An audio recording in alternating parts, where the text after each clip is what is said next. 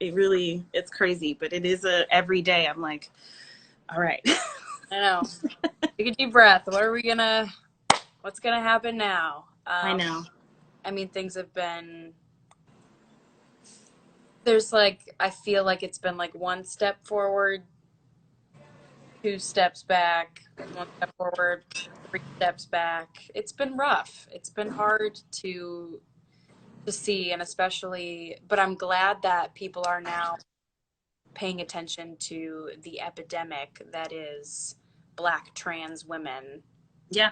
and men being murdered. Because I forget who told me. I'm not sure who told me. I don't want to say it wrong, but someone I did a live with told me that it's actually been declared an epidemic. Yeah. No, That's it's, insane. I mean, it was, I went to, you probably saw it in the news. There was a big Black Trans Matter rally here in Brooklyn. Um, and it was just like the most powerful thing ever. And it was so many people, and I saw so many of my friends, and um, I really felt a glimpse of like oddly really optimistic for the first time that I haven't felt probably in months about all of these things. Yeah. Um, and then it kind of went back when I was reading about Toyin, the Black activist who was murdered and assaulted. And it is really such an emotional roller coaster of so many crazy things in the world happening.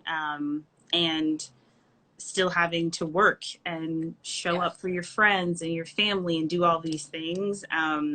My husband was saying to me this morning, he's like, I just think you're being so hard on yourself because this is like, none of this is normal. Like this, we've never had to deal with all of this at once. Yeah. Um, it's always been like, yes, in my mind or talking with my family about racism or about these issues and about equality. But I think it's just constant every single day coming up all the time that it just feels like the air feels heavy. It is, but I think that's what needs to happen. I mean, it's clearly what needed to happen in Yeah. order for anything to change. And it's, I think maybe, and I've said, I was talking to my friends about this, like maybe it took the world kind of pausing for a second because of a global pandemic for Mm-hmm. people to look at their phones and see what's happening around them and pay attention. There's Yeah. so much that's paused right now, and I think it's a blessing. Like no one's worried about the box office or some other irrelevant like Mm-hmm. summer fashion trends. It's like we're we're we're focused on more important things, and I think that's what caused this revolution of sorts. Yeah. Pretty amazing to be in it. Yeah. Do you feel like you've had like so many conversations about this that you never would have had before had these things not happened? Absolutely. I truly like have, and I'm trying to ask myself like why did it take this? Why did it take this? But I think it's just been an eye-opening period for a lot of people, a lot of white people, a lot, Mm-hmm. you know, people like me who never really had to confront it Mm-hmm. before until it was there.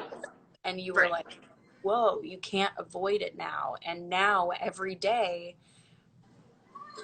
happens where I think about either, oh, am I stereotyping this person? Am I judging them? Am I assuming things about them? Am I, it's kind of you're stopping your thought patterns. I mean, it's been a very impactful time for me, and I hope for a lot of other people. I think a lot of people are really learning a lot, which is what to me is most important right now. Like I can just hear people talk, hear what they have to say. I'm learning so much. Mm-hmm. And then I'm implementing that on my day to day. I'm going out of my way to make sure I'm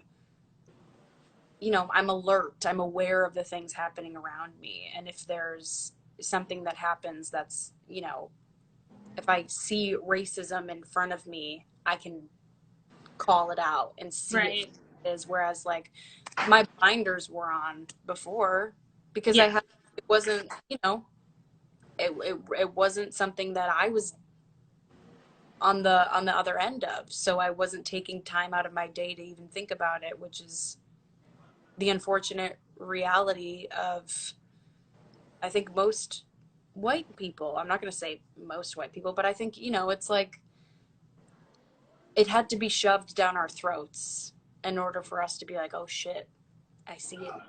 Yeah. It's a different, it's definitely a different time because I think that people have traditionally associated racism with like overt like KKK, like you're in a hood, you're doing some crazy shit. And it's like that's not the only kind of racism that Right. exists. And I think that we have definitely like in our generation conditioned it to only be a certain type of behavior, a certain type of stereotype of what it means to be racist. Yeah.